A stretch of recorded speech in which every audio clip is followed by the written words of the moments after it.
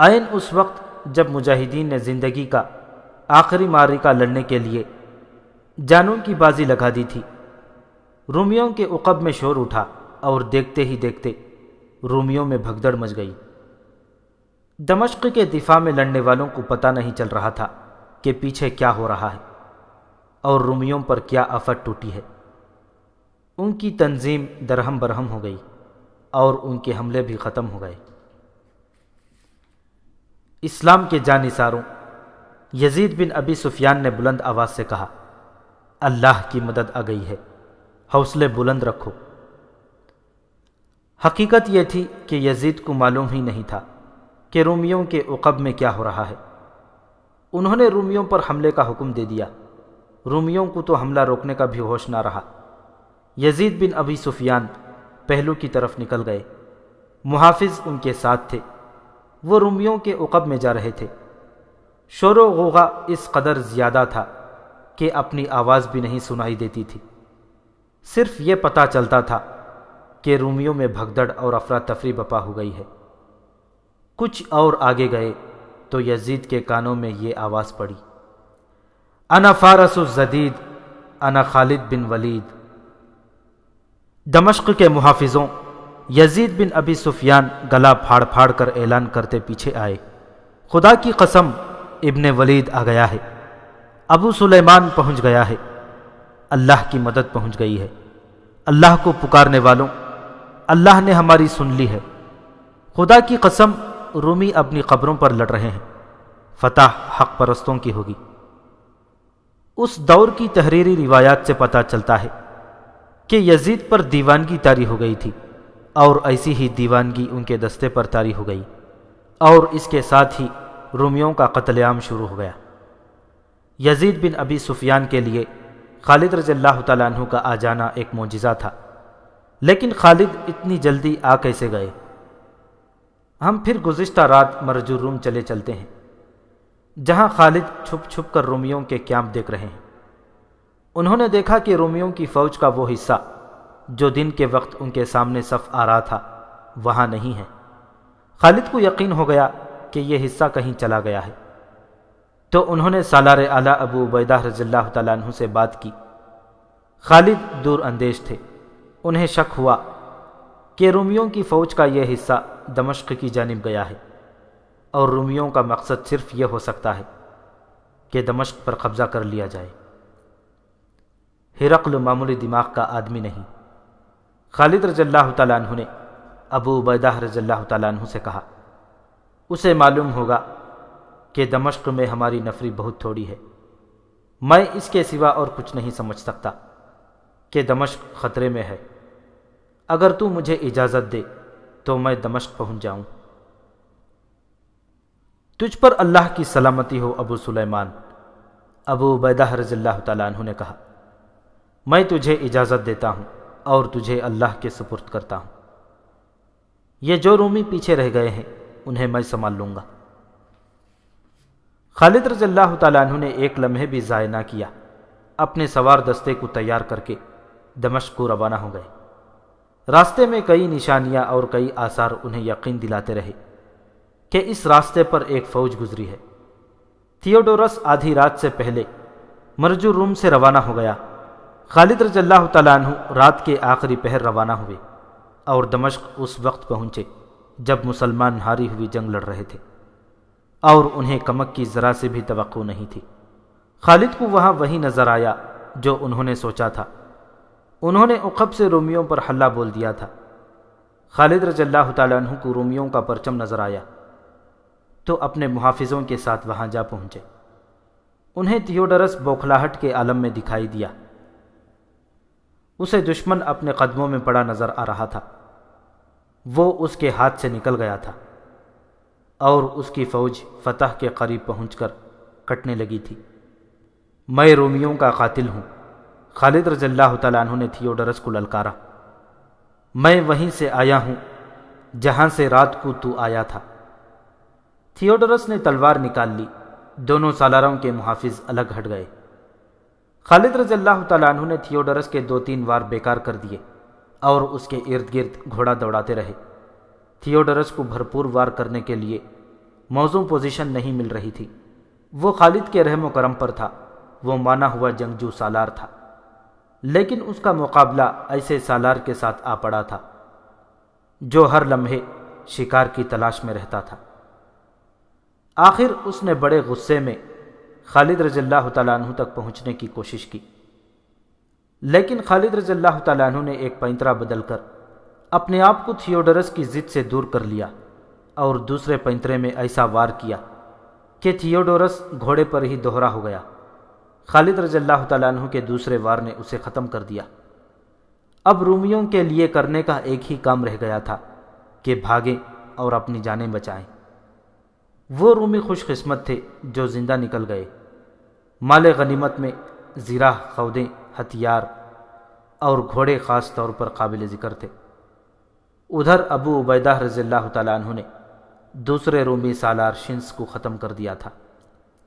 ابو عبیدہ رضی اللہ تعالیٰ عنہ نے خالد کو اس حکم کے ساتھ روانہ کر دیا تھا کہ وہ حمص پہنچ کر وہاں کا محاصرہ کر لیں۔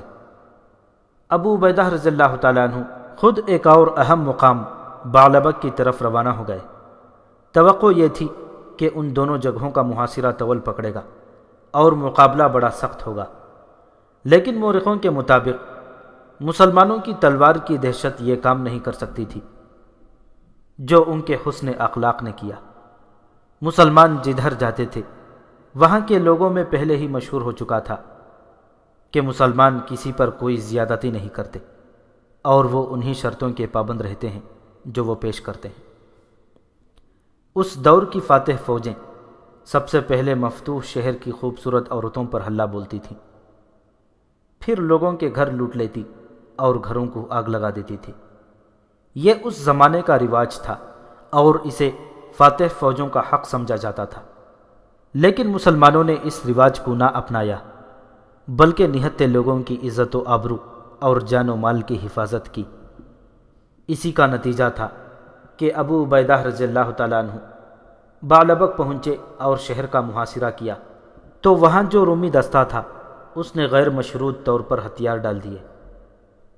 خالد رضی اللہ تعالیٰ عنہ نے حمص کا محاصرہ کیا تو رومی سالار ہربیز باہر آ گیا اور امن اور سمجھوتے کی پیشکش کی۔ ابو عبیدہ رضی اللہ تعالیٰ عنہ بھی پہنچ چکے تھے۔ ان کے حکم سے رومی سالار سے 10,000 دینار اور زرد بفت کی 100 قباؤں کا مطالبہ کیا گیا جو رومی سالار نے قبول کر لیا۔ معاہدہ یہ ہوا کہ مسلمان 1 سال تک حمص پر حملہ نہیں کریں گے، اور اگر اس دوران روم کی فوج نے اس علاقے میں مسلمانوں کے خلاف کوئی معمولی سی بھی جنگی کارروائی کی تو مسلمان صلح کے معاہدے کو منسوخ سمجھ کر جوابی کارروائی کریں گے۔ اس معاہدے پر دستخط ہوتے ہی شہر کے دروازے کھل گئے اور مسلمان فوج داخل ہوئی۔ مورخ ابن اسیر لکھتا ہے کہ حمص کے لوگ یہ دیکھ کر حیران ہوتے تھے کہ مسلمان دکانوں میں جاتے اور جو چیز لیتے اس کی قیمت ادا کرتے تھے۔ بعض لوگوں نے مجاہدین کو تحفے پیش کیے تو مجاہدین نے ان کی بھی قیمت ادا کی۔ وہ کہتے تھے کہ مسلمان تحفے کو مال غنیمت سمجھتے ہیں اور کوئی مسلمان اپنے طور پر کوئی مال غنیمت اپنے پاس نہیں رکھ سکتا۔ اس کے علاوہ صلح کے معاہدے کے بعد اسلام مال غنیمت کو جائز نہیں سمجھتا۔ ایسے مقامات بھی آئے جہاں کے لوگوں نے مسلمان فوج کا باقاعدہ استقبال کیا۔ مثلا نومبر 635 عیسوی رمضان 14 ہجری مسلمان فوج حمص میں داخل ہوئی تو شہری باہر آ گئے اور مسلمانوں کی اطاعت قبول کر لی۔ معرۃ النعمان کے شہریوں نے مسلمانوں کا استقبال اس طرح کیا کہ پہلے سازندے ساز بجاتے اور خوشی کے گیت گاتے باہر آئے، ان کے پیچھے معززین آئے اور جزیہ پیش کر کے شہر ابو عبیدہ رضی اللہ تعالیٰ عنہ کے حوالے کر دیا۔ اس کے بعد ان قصبوں اور شہریوں کے کئی لوگوں نے اسلام قبول کر لیا۔ مسلمان ہمارے جال میں آ گئے ہیں، شہنشاہ ہرقل اپنے سالاروں سے کہہ رہا تھا۔ میں سردیوں کے انتظار میں تھا۔ عرب کے یہ مسلمان اونٹ کا گوشت کھاتے اور اونٹنی کا ہی دودھ پیتے ہیں۔ ریگستان کے ان باشندوں نے کبھی اتنی سردی نہیں دیکھی، یہ سردی برداشت نہیں کر سکتے۔ اس ملک کی سردی ان کے جوش اور جذبے کو منجمد کر دے گی۔ پھر موسم سرما ختم ہونے تک مسلمان ختم ہو جائیں گے۔ ہم انہیں بڑی آسانی سے شکست دیں گے، ان کے خیمے انہیں سردی سے نہیں بچا سکیں گے۔ ہرقل نے حکم دیا کہ حمص سے مسلمانوں کو بے دخل کر دیا جائے۔ کچھ دنوں بعد ابو عبیدہ رضی اللہ تعالیٰ عنہ کو اطلاع ملی کہ رومیوں کی کمک حمص پہنچ گئی ہے۔ رومیوں کی اس کارروائی کے بعد حمص کا معاہدہ ٹوٹ گیا۔ ابو عبیدہ رضی اللہ تعالیٰ عنہ اور خالد رضی اللہ تعالیٰ عنہ کہیں اور تھے۔ اطلاع ملتے ہی وہ اپنے دستوں کو ساتھ لے کر حمص جا پہنچے۔ خالد پہلے پہنچے تھے۔ وہ حمص کے قریب گئے تو باہر رومی فوج لڑنے کے لیے تیار کھڑی تھی۔ خالد رضی اللہ تعالیٰ عنہ نے اس فوج پر حملہ کر دیا۔ رومی پیچھے ہٹتے گئے اور قلعے میں داخل ہو کر انہوں نے دروازے بند کر دیے۔ اس کے فوراً بعد ابو عبیدہ رضی اللہ تعالیٰ عنہ بھی اپنے دستوں کے ساتھ آ پہنچے۔ ابو سلیمان ابو عبیدہ رضی اللہ تعالیٰ عنہ نے خالد رضی اللہ تعالیٰ عنہ سے کہا، یہ محاصرہ تیرا ہے اور تو اس کا سالار ہے۔ یہ ایک بہت بڑا اعزاز تھا جو ابو عبیدہ رضی اللہ تعالیٰ عنہ نے خالد کو دیا۔ خلیفۃ المسلمین عمر رضی اللہ تعالیٰ عنہ کے احکام کے مطابق سالار اعلیٰ ابو عبیدہ ہی تھے۔ یہ دسمبر کا مہینہ تھا۔ سردی کا عروج شروع ہو چکا تھا۔ مسلمان اتنی زیادہ سردی کے عادی نہیں تھے، ان پر سردی بڑا برا اثر کر رہی تھی۔ یہ سب سے بڑی وجہ تھی کہ محاصرہ طول پکڑتا گیا۔ اس دوران خلیفۃ المسلمین کا حکم آ گیا۔ اس کے تحت کچھ دستے عراق کو بھیجنے تھے۔ یہ دستے چلے گئے تو رومی سمجھے کہ مسلمان محاصرہ اٹھا رہے ہیں، لیکن ایسا نہ ہوا۔ رومی یہی توقع لیے قلعے میں بیٹھے رہے کہ مسلمان محاصرہ اٹھا لیں گے۔ مارچ 636 عیسوی کا مہینہ آ گیا۔ سردی کی شدت ختم ہو چکی تھی۔ رومی سالار ہربیس روم کے شاہی خاندان کا آدمی تھا۔ اسے کسی کے حکم کی ضرورت نہیں تھی۔ اس نے اپنے نائب سالاروں اور کمانڈروں سے کہا کہ سردی کا موسم گزر گیا ہے، پیشتر اس کے کہ مسلمانوں کو کمک مل جائے اور یہ سردی سے بھی سنبھل جائیں، ان پر حملہ کر دیا جائے۔ چنانچہ ایک روز شہر کا ایک دروازہ کھلا اور 5000 نفری کی رومی فوج نے باہر آ کر مسلمانوں کے اس دستے پر حملہ کر دیا جو اس دروازے کے سامنے موجود تھا۔ حملہ بڑا تیز اور شدید تھا۔ مسلمان اس حملے کے لیے پوری طرح تیار نہیں تھے۔ ان کے علاوہ ان پر سردی کا بھی اثر تھا، اس لیے وہ مقابلے میں جم نہ سکے۔ پیچھے ہٹ کر وہ منظم ہوئے اور آگے بڑھے، لیکن رومیوں کے دوسرے حملے نے انہیں پھر بکھیر دیا۔ ابو سلیمان ابو عبیدہ رضی اللہ تعالیٰ عنہ نے خالد سے کہا، کیا تو دیکھتا رہے گا کہ رومی فتح یاب ہو کر واپس قلعے میں چلے جائیں؟ خالد رضی اللہ تعالیٰ عنہ تماشا دیکھنے والوں میں سے نہیں تھے، لیکن وہ اس دروازے کے سامنے سے ہٹ نہیں سکتے تھے جس کے سامنے وہ موجود تھے۔ پھر بھی انہوں نے اپنا سوار دستہ لیا اور رومیوں پر حملہ کر دیا۔ رومیوں نے جم کر مقابلہ کیا اور سورج غروب ہو گیا۔ رومی قلعے میں چلے گئے۔ ان کی بہت سی لاشیں اور شدید زخمی پیچھے رہ گئے۔ دوسرے دن ابو عبیدہ رضی اللہ تعالیٰ عنہ نے سالاروں کو بلایا۔ کیا تم نے خود محسوس نہیں کیا کہ کل رومیوں نے باہر آ کر حملہ کیا تو ہمارے آدمی بے دلی سے لڑے؟ ابو عبیدہ رضی اللہ تعالیٰ عنہ نے شکایت کے لہجے میں کہا، کیا ہم میں ایمان کی حرارت کم ہو گئی ہے؟ سردی سے صرف جسم ٹھنڈے ہوتے ہیں۔ سالار اعلیٰ خالد رضی اللہ تعالیٰ عنہ نے کہا، ہمارے آدمی بے دلی سے نہیں لڑے۔ دراصل جن رومیوں نے حملہ کیا تھا وہ ان رومیوں سے زیادہ جرأت اور ہمت والے تھے جن سے ہم اب تک لڑتے رہے ہیں۔ پھر تو ہی بتا ابو سلیمان، ہمیں اتنے لمبے محاصرے میں یہیں بیٹھے رہنا چاہیے؟ نہیں ابو عبیدہ، خالد رضی اللہ تعالیٰ عنہ نے کہا، کل صبح ہم محاصرہ اٹھا لیں گے۔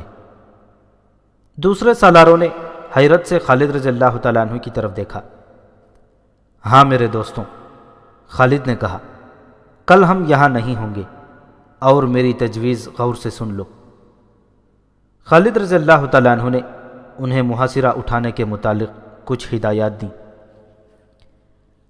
اگلی صبح شہر کے دیوار کے اوپر سے آوازیں آنے لگیں، وہ جا رہے ہیں، محاصرہ اٹھ گیا ہے، وہ دیکھو مسلمان جا رہے ہیں۔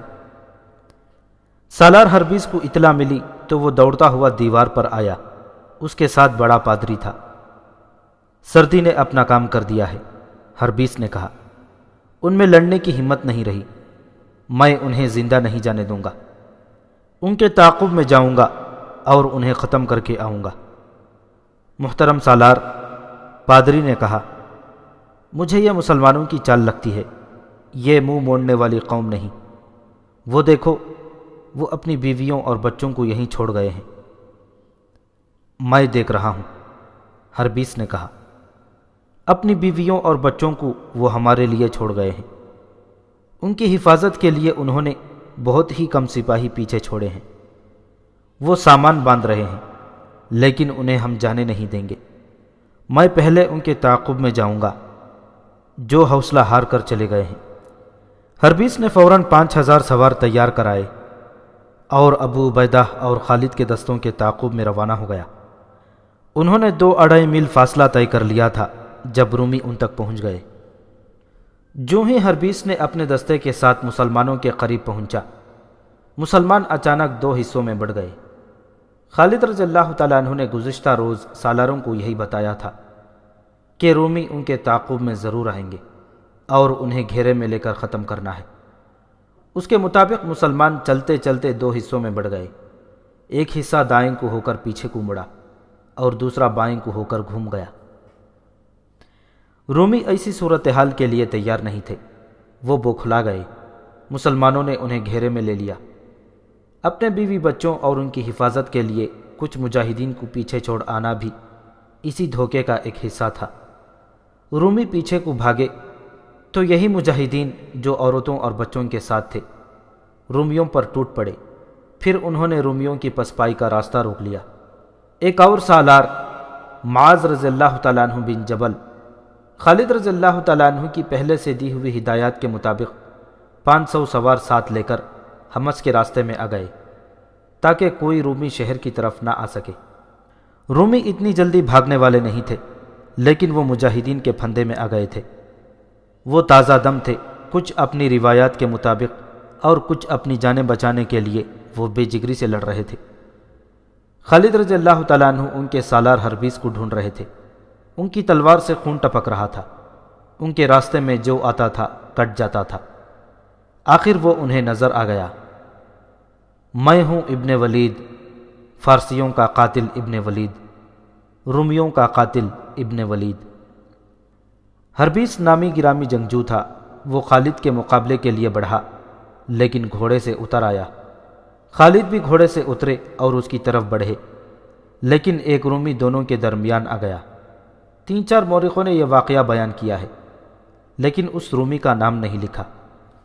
اتنا ہی لکھا ہے کہ اس کا جسم پہلوانوں جیسا تھا اور وہ شیر کی طرح گرج کر لڑا کرتا تھا۔ رومی زبان میں وہ شیر کی مانند دھاڑنے والا کے نام سے مشہور تھا۔ تاریخوں میں یہ واقعہ اس طرح آیا ہے کہ یہ رومی اپنے سالار ہربیس کو پیچھے ہٹا کر خالد رضی اللہ تعالیٰ عنہ کے مقابلے میں آیا۔ 2-3 پینترے دونوں نے بدلے اور خالد رضی اللہ تعالیٰ عنہ نے تلوار کا وار کیا۔ تلوار رومی کی آہنی خود پر پڑی۔ خود اتنی مضبوط اور وار اتنا زوردار تھا کہ خالد رضی اللہ تعالیٰ عنہ کی تلوار ٹوٹ گئی، ان کے ہاتھ صرف دستہ رہ گیا۔ اب خالد رضی اللہ تعالیٰ عنہ خالی ہاتھ تھے اور رومی پہلوان کے ہاتھ میں تلوار تھی۔ خالد اپنے محافظوں کی طرف جانے کی کوشش کرتے تھے کہ ان سے تلوار لے لیں، مگر رومی درندوں کی طرح غراتا، دھاڑتا اور خالد رضی اللہ تعالیٰ عنہ کے آگے ہو جاتا تھا کہ وہ دوسری تلوار نہ لے سکیں۔ ایک محافظ نے خالد کی طرف تلوار پھینکی، لیکن خالد رضی اللہ تعالیٰ عنہ سے پہلے رومی تلوار تک پہنچ گیا اور تلوار پرے پھینک دی۔ خالد کا بچنا ممکن نظر نہیں آتا تھا۔ رومی نے ان پر تابڑ توڑ وار کرنے شروع کر دیے۔ خالد رضی اللہ تعالیٰ عنہ ادھر ادھر ہو کر وار بچاتے رہے۔ رومی نے ایک وار دائیں سے بائیں کو کیا، جسے خالد رضی اللہ تعالیٰ عنہ کی گردن یا اس سے ذرا نیچے پڑنا چاہیے تھا، لیکن خالد بڑی پھرتی سے بیٹھ گئے۔ رومی کا یہ زوردار وار خالی گیا تو اپنے ہی زور میں وہ گھوم گیا۔ خالد رضی اللہ تعالیٰ عنہ اچھل کر اس پر جھپٹے۔ رومی پلک جھپکتے پھر گھوم گیا اور خالد رضی اللہ تعالیٰ عنہ کے بازوؤں کے شکنجے میں آ گیا۔ اب صورت یہ تھی کہ دونوں کے سینے ملے ہوئے تھے اور رومی خالد رضی اللہ تعالیٰ عنہ کے بازوؤں میں تھا۔ خالد نے بازوؤں کو دبانا اور شکنجہ سخت کرنا شروع کر دیا۔ رومی خالد کی گرفت سے نکلنے کے لیے زور لگا رہا تھا، لیکن خالد رضی اللہ تعالیٰ عنہ کی گرفت سخت ہوتی جا رہی تھی اور وہ اس قدر زور لگا رہے تھے کہ خون ان کے چہرے میں آ گیا اور چہرہ گہرا لال ہو گیا۔ رومی پہلوان کی آنکھیں باہر کو آنے لگیں، اس کی سانسیں رکنے لگیں اور چہرے پر تکلیف کا ایسا تاثر تھا کہ اس کے دانت بجنے لگے۔ مورخ واقدی نے لکھا ہے کہ رومی پہلوان کی پسلیاں ٹوٹنے لگیں۔ رومی اور زیادہ تڑپنے لگا۔ خالد اور زیادہ زور سے اپنے بازوؤں کے شکنجے کو تنگ کرتے گئے۔ رومی کی پسلیاں ٹوٹتی گئیں اور اس کا تڑپنا ختم ہو گیا، حتیٰ کہ اس کا جسم بے جان ہو گیا۔ خالد رضی اللہ تعالیٰ عنہ نے اسے چھوڑا تو وہ گر پڑا، وہ مر چکا تھا۔ خالد رضی اللہ تعالیٰ عنہ نے اس رومی کی تلوار اٹھا لی اور ہربیس کو للکارا، لیکن ہربیس اپنے پہلوان کا انجام دیکھ کر وہاں سے کھسک گیا تھا۔ خالد نے گھوڑے پر سوار ہو کر رومی پہلوان کی تلوار بلند کر کے لہرائی اور نعرہ لگایا۔ اس مقابلے کے دوران رومیوں کا قتل عام جاری رہا۔ ابو عبیدہ رضی اللہ تعالیٰ عنہ کو پتہ چلا کہ خالد رضی اللہ تعالیٰ عنہ نے رومی پہلوان کو کس طرح ہلاک کیا ہے تو وہ دوڑے آئے۔ خدا کی قسم ابو عبیدہ رضی اللہ تعالیٰ عنہ نے بڑے مسرور لہجے میں کہا، تو نے جو کہا تھا کر دکھایا ہے، تو نے ان کی کمر توڑ دی ہے۔ یہ بات اس طرح ہوئی تھی کہ خالد نے جب گزشتہ روز محاصرہ اٹھا کر واپس جانے کی تجویز پیش کی تھی تو ابو عبیدہ اور دوسرے سالاروں نے اس تجویز کو پسند نہیں کیا تھا۔ خالد نے انہیں بتایا کہ انہوں نے کیا سوچا ہے، پھر بھی ابو عبیدہ رضی اللہ تعالیٰ عنہ محاصرہ اٹھانے کے حق میں نہیں تھے۔ تب خالد رضی اللہ تعالیٰ عنہ نے کہا تھا، میری تجویز پر عمل کریں، میں ان کی ہڈیاں توڑ دوں گا، ان کی کمر توڑ دوں گا۔ خالد رضی اللہ تعالیٰ عنہ نے صرف ایک پہلوان کی نہیں بلکہ رومی فوج کی ہڈیاں توڑ دی تھیں۔ مارچ 636 عیسوی صفر 15 ہجری مسلمان فاتح کی حیثیت سے حمص میں داخل ہوئے۔ حمص میں جو خوف و ہراس طاری تھا وہ اس وقت بھگدڑ اور نفسا نفسی کی صورت اختیار کر گیا جب مسلمان حمص میں داخل ہوئے تھے۔ انہوں نے سنا تو یہی تھا کہ مسلمان شہریوں کو پریشان نہیں کرتے، لیکن جس شہر کی فوج ہتھیار نہ ڈالے اور مسلمان بزور شمشیر شہر کو فتح کریں تو وہ ہر گھر سے مال و اموال اٹھا لیتے ہیں اور عورتوں کو لونڈیاں بنا لیتے ہیں۔ مسلمانوں نے حمص تو بڑی ہی مشکل سے فتح کیا تھا۔ رومیوں نے ہتھیار نہیں ڈالے تھے، بلکہ مسلمانوں نے محاصرہ اٹھایا تو 5000 رومی سوار ان کے تعاقب میں گئے تھے۔ یہ الگ بات ہے کہ محاصرہ اٹھانا مسلمانوں کی چال تھی، لیکن رومیوں نے اسے ان کی کمزوری سمجھ کر ان پر حملہ کیا تھا۔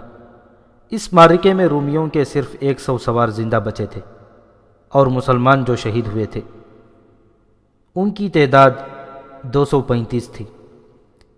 اتنی خون ریز لڑائی لڑ کر مسلمانوں نے حمص فتح کیا تھا۔ حمص والوں نے جب دیکھا تھا کہ ان کے جو 5000 سوار مسلمانوں کے تعاقب میں گئے تھے ان میں بہت تھوڑے بھاگتے ہوئے آ رہے ہیں تو ان پر خوف و ہراس اس طرح طاری ہو گیا تھا، اور جب انہوں نے دیکھا کہ مسلمانوں کا ایک سوار دستہ رومیوں اور حمص کے دروازے کے درمیان آ گیا ہے اور رومی سوار نہ بھاگ سکتے ہیں نہ شہر میں داخل ہو سکتے ہیں، تو وہ اور زیادہ خوفزدہ ہو گئے۔ شہر میں اتنی فوج نہیں رہ گئی تھی جو ان کی مدد کو پہنچتی۔ یہ سوار مسلمان سواروں کی تلواروں اور برچھیوں سے کٹ گئے۔ ابو عبیدہ رضی اللہ تعالیٰ عنہ اور خالد رضی اللہ تعالیٰ عنہ جب حمص میں داخل ہوئے تو چند ایک شہری ان کے استقبال کے لیے کھڑے تھے۔ دونوں مسلمان سالاروں کو دیکھ کر وہ سجدے میں گر پڑے۔ دونوں سالاروں نے گھوڑے روک لیے۔ اٹھو، ابو عبیدہ رضی اللہ تعالیٰ عنہ نے گرجدار آواز میں کہا، کھڑے ہو جاؤ۔ وہ سب سجدے سے اٹھ کر کھڑے ہو گئے۔ ان کے چہروں پر خوف و ہراس اور رحم طلبی کا گہرا تاثر تھا۔